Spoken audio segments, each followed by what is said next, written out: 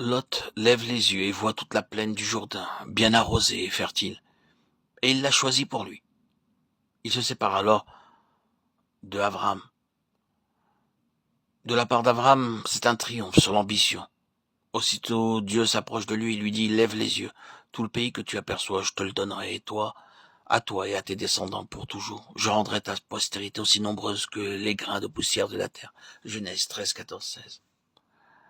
C'est là qu'est le chemin de la vie.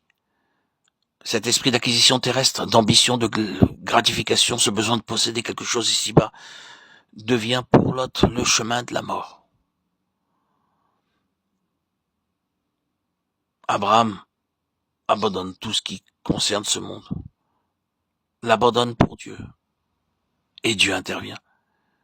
Et c'est ainsi que Lot se sépare d'Abraham. Qu'est-ce qui est arrivé? Est-ce que ce sera la fin de cette parenté qui avait été durant tout ce temps une cause de limitation? Il semble qu'il en soit ainsi. Au jour où cela s'accomplit, au jour où cette influence naturelle est enlevée, Dieu intervient avec un nouvel horizon de vie. C'est un principe vrai, c'est une marque que nous avançons lorsque nous arrivons à la place où il est vrai devant Dieu que nous avons renoncé dans l'œuvre de Dieu même et dans le ministère à tout ce qui serait prospérité et succès aux yeux des hommes. On arrivait à abandonner les grandes possibilités et les grands avantages que l'on pourrait avoir dans le monde chrétien et les prix qui pourraient y être remportés, et à dire tout est bien, le Seigneur sait. C'est à lui à donner ou à reprendre. Je ne donnerai aucune place à ces avantages. Je ne permettrai pas à ces choses d'influencer ma marche avec Dieu. L'ambition ne dictera pas mes pas. C'est une marche certaine de croissance. Il se peut que sur cette terre, cela ne signifera pas de très grandes choses, des portes largement ouvertes, et tout cela, mais nous pouvons être sûrs que dans ce chemin, il y aura la vie, une influence spirituelle, quelque chose de précieux pour le Seigneur. Il sera à la fin de réelle valeur. Mais ce chemin nécessite quelquefois et avant tout ce conflit contre l'ambition dans lequel doivent être repoussées toutes ces suggestions et toutes ces influences.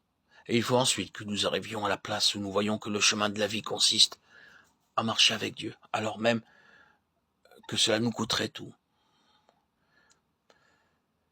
C'est ainsi qu'agit la loi de l'esprit de vie.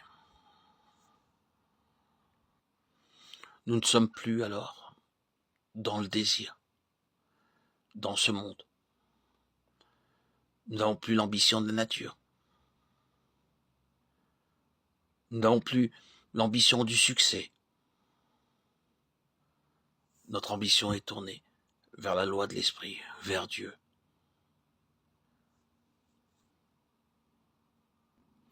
L'esprit de vie nous anime et nous allons toujours de l'avant, édifiés de jour en jour.